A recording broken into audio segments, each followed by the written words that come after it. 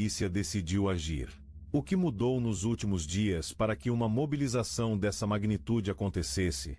Será que novas provas surgiram? Ou alguém importante decidiu falar e entregar detalhes que ninguém imaginava? O que chama atenção é que, até agora, nenhuma prisão foi oficialmente divulgada. Se essa operação foi tão grande, por que não há nomes sendo expostos? Isso levanta uma nova questão. As autoridades estão segurando informações para evitar que algo maior seja comprometido? As sacolas retiradas da residência foram transportadas rapidamente. O que pode estar ali dentro? Registros, dinheiro, documentos comprometedores. Uma coisa é certa, se a polícia entrou com tamanha força, é porque já sabia exatamente o que estava procurando. Os vizinhos, ainda chocados, disseram que nunca imaginaram que algo desse tipo poderia acontecer tão perto. Era uma casa aparentemente normal, comentou uma testemunha. Mas será que era mesmo? O que acontecia lá dentro, longe da própria Vitória, como vocês estão acompanhando. Só que é o seguinte, pessoal, a ficha dela não é extensa, Dani. Ela tem uma passagem tanto quanto tenebrosa por toda a da morte 2 dias antes do assassinato da própria Vitória, como vocês estão acompanhando. Só que é o seguinte, pessoal, a ficha dela não é extensa, Dani. Ela tem uma passagem tanto quanto tenebrosa por toda a da morte 2 dias antes do assassinato da própria Vitória. Em algum momento, e aí também foi queima de arquivo, porque ela participou e depois ela poderia falar qual é a história, né? Esse que precisa saber. Lembra da dona Edna? Aquela que foi encontrada durante as buscas da Vitória? É esta daqui, ó. Em algum momento, e aí também foi queima de arquivo, porque ela participou e depois ela poderia falar qual é a história, né? Esse que precisa saber. Lembra da dona Edna? Aquela que foi encontrada durante as buscas. Bora pra notícia, caso Vitória, olha só, Thiago Santos, você toda vez, gente, Daniel da entrevista bombástica, e afirma que Maicon quer complicar a situação dele, colocar ele numa cena onde ele não estava, se diz inocente. Bora pra notícia, caso Vitória, olha só, Thiago Santos, você toda vez, gente, Daniel da entrevista bombástica, e afirma que Maicon quer... Caso Vitória, Thiago Santos, você toda vez, olha só, gente, Daniel dá entrevista, mas não contém as lágrimas e chora e diz estar com medo da sua própria vida e diz ser inocente no caso.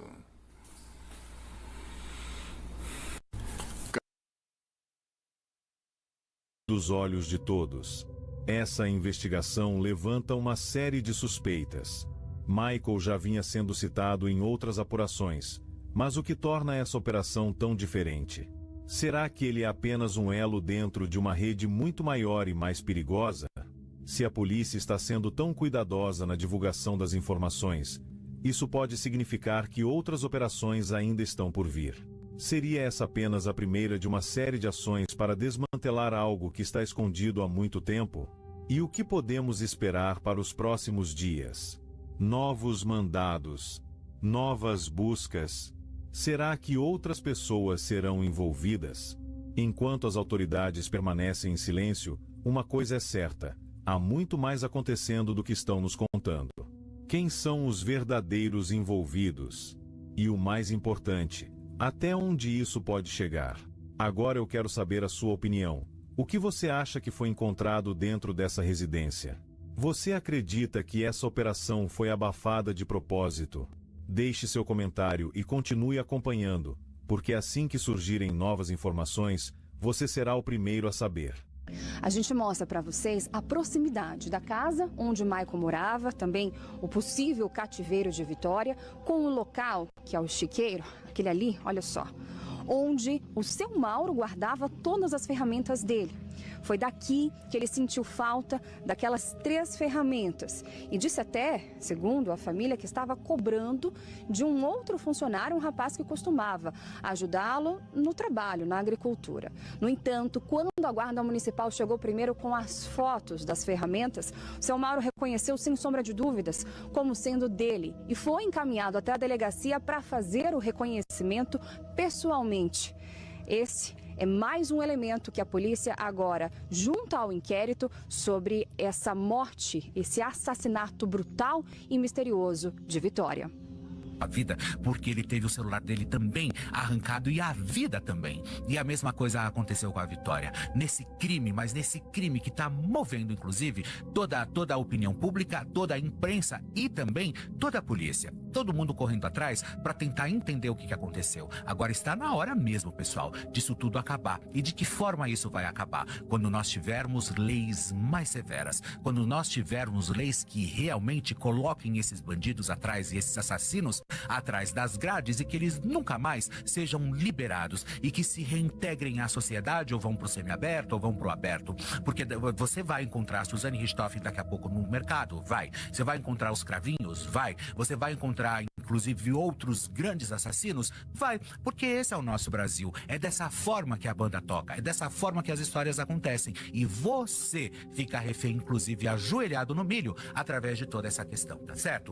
Uma jurisprudência clamar, inclusive, por toda essa questão, inclusive, que a gente tenha que realmente nos colocar para que esses crimes hediondos tenham, inclusive, uma prisão perpétua, para que as pessoas fiquem presas para o resto das suas vidas, para que elas não tenham a mínima possibilidade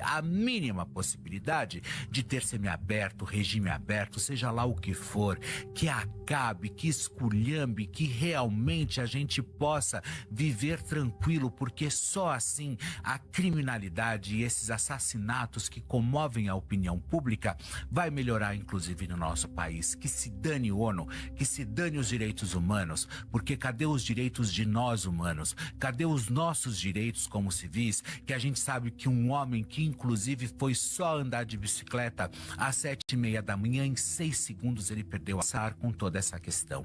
Porque nós não podemos mais enxergar, principalmente casos hediondos como esse, que mexem com a opinião pública. Isso porque chegou na imprensa. Vários outros que não chegam. Porque aqui nós sabemos que o que vale realmente é pro criminoso, pro bandido, pro assaltante, para todo mundo. E como eles sabem que daqui 10, 12 anos, para eles pouco importa se eles mataram ou não um pai ou uma mãe de família, o que acontece, eles não estão nem aí, eles vão lá e cometem sim os piores, mas os piores crimes.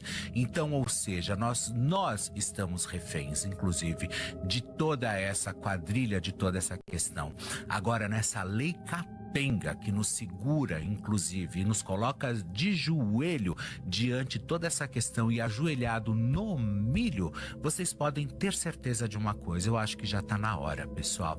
Já está na hora, inclusive, da gente clamar ao governo, clamar. Prisão perpétua é a pauta de hoje aqui no seu Bate Notícias, então vem pra cá, eu sou Felipe Campos e agora você fica sabendo de tudo de uma forma nua e crua. Pessoal, é o seguinte, né? Vocês que estão acompanhando toda essa cobertura tenebrosa que está ocorrendo, inclusive no caso da própria menina Vitória, morta aos 17 anos, vítima de estupro, teve a cabeça, inclusive, degolada, as digitais arrancadas e ainda o seu cabelo raspado, e foi violentada sexualmente, ou melhor, estuprada. Tudo isso acontecendo e a gente pergunta: cadê a pena de morte no nosso país? Ou pena de morte não, prisão perpétua. Cadê a prisão perpétua no nosso país? Eu acho que já está na hora, mas já está na hora de uma movimentação, já está na hora, inclusive, de nós, civis, começarmos a avançar. Michael, o que você tem a dizer? O que você tem a dizer, Michael? O que você tem a dizer, Marcos? Michael, responde a gente.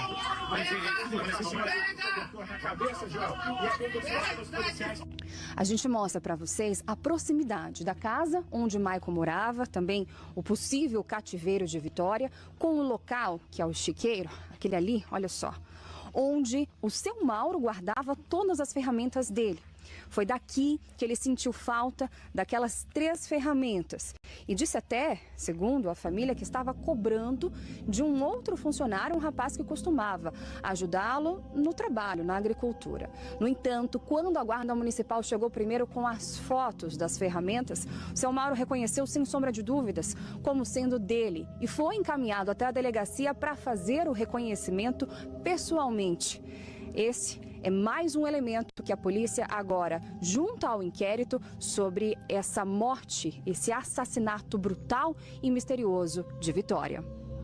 O que é falado é o seguinte, né? O Maicon havia pedido ajuda dos dois, do Vinícius e do Vinícius e o Daniel, não é Vinícius não.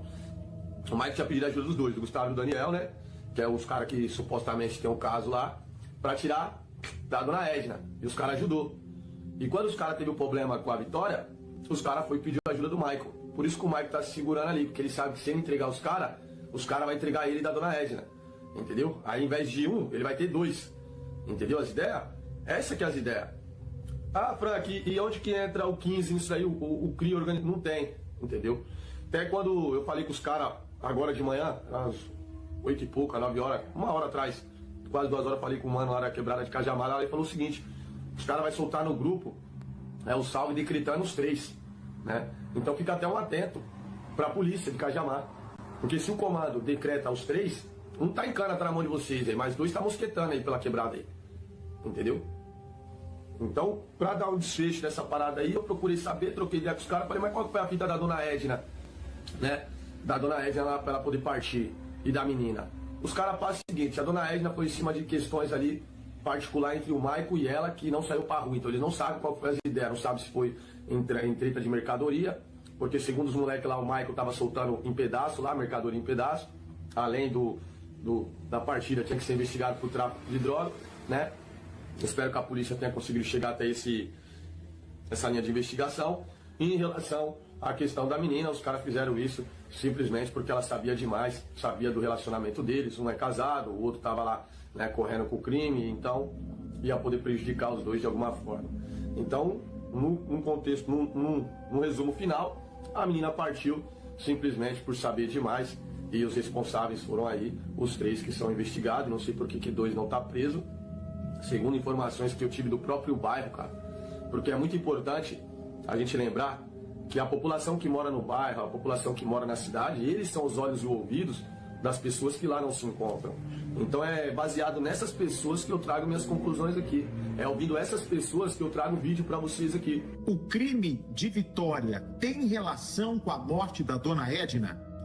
Minha gente, um dia antes ou 2 dias antes do corpo da Vitória ser encontrado em Cajamar, você deve se lembrar, o corpo de uma outra mulher foi encontrado e que merece total investigação, com a mesma intensidade, com a mesma dedicação que o caso Vitória. Uma senhora de 63 anos, que se chama Edna, ela foi encontrada morta numa área de cachoeira, uma parte rasa que dá acesso a uma cachoeira, já no limite da cidade de Jundiaí. Pois bem, esse caso, desde ontem, quando nós descobrimos algumas, não só a coincidência de data, mas outras coincidências, é difícil você não acreditar que haja uma ligação entre as 2 mortes. Pois bem, a polícia investiga, acha a possibilidade muito remota, mas eu passo a partir de agora a compartilhar com vocês algumas coisas curiosas que eu encontrei neste caso e que eu acho que devem ser levadas a público. Pois bem, a dona Edna, de 63 anos, é uma senhora que era muito simpática, tem filhos, tem família,